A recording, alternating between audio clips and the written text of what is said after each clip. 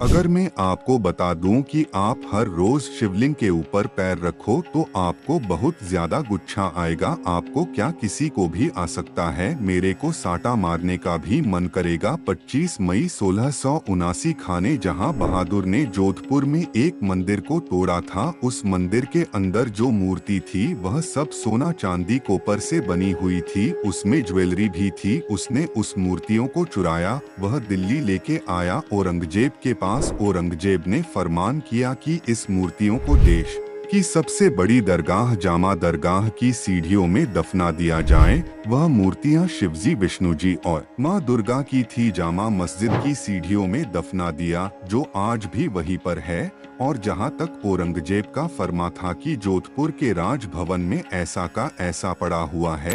12 साल पहले यानी 3 सितंबर 1667 में दिल्ली के कालका मंदिर को तोड़ने का आदेश दिया था, लेकिन मंदिर के पुजारी ने अपनी तलवार निकालकर एक सैनिक की गर्दन काट दिया। उसके बाद औरंगजेब ने उस सैनिक को पत्थर मरवाकर हत्या करवा दी थी, क्योंकि उस मंदिर को तोड़ने नहीं दिया था।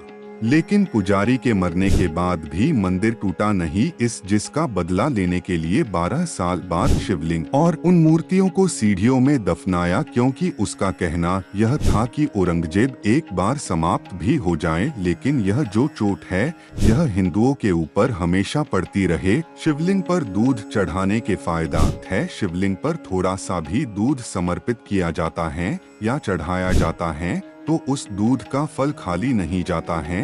उसके 4 हिस्से भगवान शिव शंकर पर चढ़ते ही जो जाते हैं।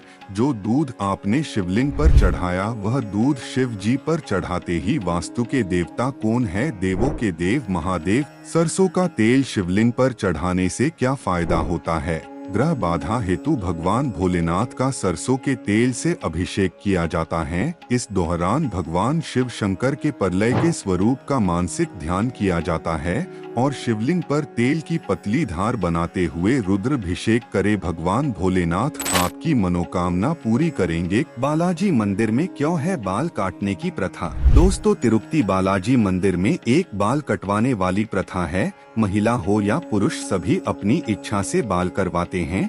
लेकिन ये प्रथा कैसे शुरू हुई? कहते हैं कि प्राचीन काल में बालाजी के विहे पर एक चींटियों का पहाड़ बन गया था। उस पहाड़ पर हर रोज एक गाय दूध देकर चली जाती थी। एक दिन जब गाय के मालिक ने देखा तो उसने लोहे के हथियार से उसने गाय पर हमला कर दिया। हमले की वजह से बालाजी महाराज के बाल नीचे गिर गए थे और उनको चोट आई थी। तब मां नीला देवी ने अपने बाल काटकर उस चोट पर रख दिया। ऐसा करते ही भगवान ठीक हो गए। इससे बालाजी खुश हो गए और बोले, बाल मनुष्य का सबसे सुंदर और आकर्षक होते हैं और जो भी व्यक्ति यहाँ आकर बालों का दान करेगा मैं उसकी सभी मनोकामना पूरी करूँगा। तब से बाल काटने की परंपरा चली आ रही है। यहाँ हर रोज 20 से 25 हजार लोग बाल कटवाकर ही दर्शन करने जाते हैं। हनुमान जी की जयंती पर जरूर करें। ये 3 चीजें खुल जाएगी आपके किस्मत का ताला। चैत्र शुक्ल की पूर्णिमा के दिन मनाई जाती है हनुमान जी को। इस दिन हनुमान जी के भक्त उनकी पूजा अर्चना करते हैं। कहा जाता है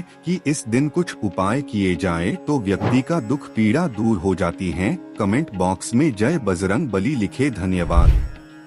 इस दिन हनुमान जी को चोला अर्पित करें और हनुमान चालीसा का पाठ करें और चिंदूर समेली के फूल और तेल मीठा पान अर्पित करें। ऐसा करने से भगवान बजरंग बली अपने भक्तों का दुख दर्द खत्म कर देते हैं और व्यक्ति के जीवन में खुशियां ही खुशियां आने लगती हैं। कमेंट में जय हनुमान जी का नाम लिखे। धन्यवाद आपका।